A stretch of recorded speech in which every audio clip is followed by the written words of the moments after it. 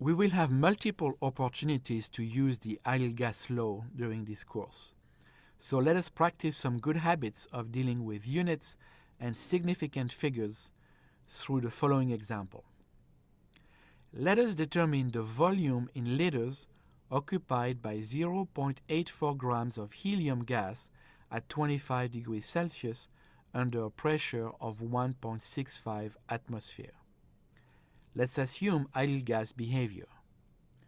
First, since the ideal gas law always involves the absolute temperature, we need to convert the gas temperature from degrees Celsius to Kelvin, using T in Kelvin equals T in Celsius plus 273.15. Second, we note that the gas pressure is given in atmosphere and the volume of the gas should be expressed in liters. So it should make sense that we can use 0.082058 liter atmosphere per mole Kelvin for the value of R. Then, having in hand the temperature, the pressure, the gas constant, we need the number of moles if we want to calculate the volume using the ideal gas law. The number of moles can be obtained from the mass of helium gas and the molar mass of helium, which you can easily find in the literature.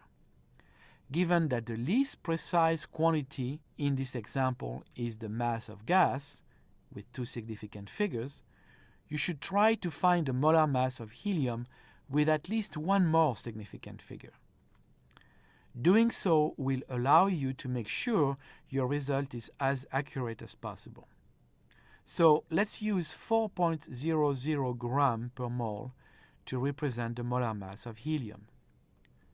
The number of moles of helium, N, is then obtained by dividing the mass in gram by the molar mass in grams per mole.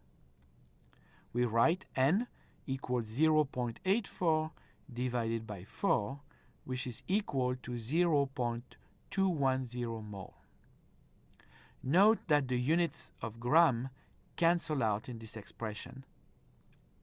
Since the number of moles is not the final result I'm after, I do not yet worry about significant figures in this intermediate result, and keep as many figures as I wish.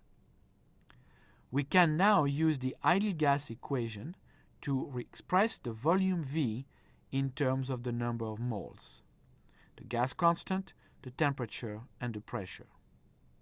So we write V equals nRT divided by P, and plug in this equation the values for each of these properties.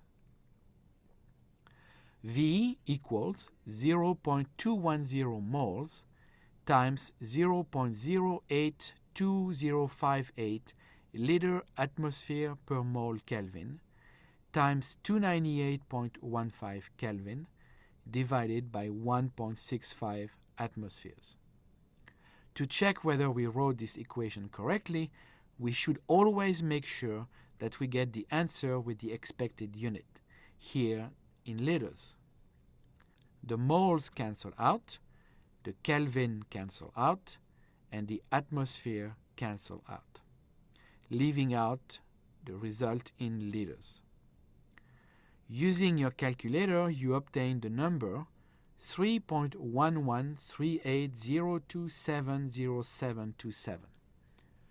Obviously, this number is not the number you want to report as your final answer, as most of these figures are not significant. Indeed, the value of R used in this problem is given with 5 significant figures. The pressure is given with 3. The mass used to calculate the number of moles is given with 2 significant figures, and the absolute temperature is given with 3 significant figures, since 25 degrees Celsius is equivalent to 298 Kelvin. All operations involved in the final calculation are multiplications and divisions. Hence, the result should be given with the same number of significant figures as the least precise number involved in the calculation. The least precise number is the mass, hence the final result should be given with 2 significant figures, I write my final result as V equals 3.1 liters.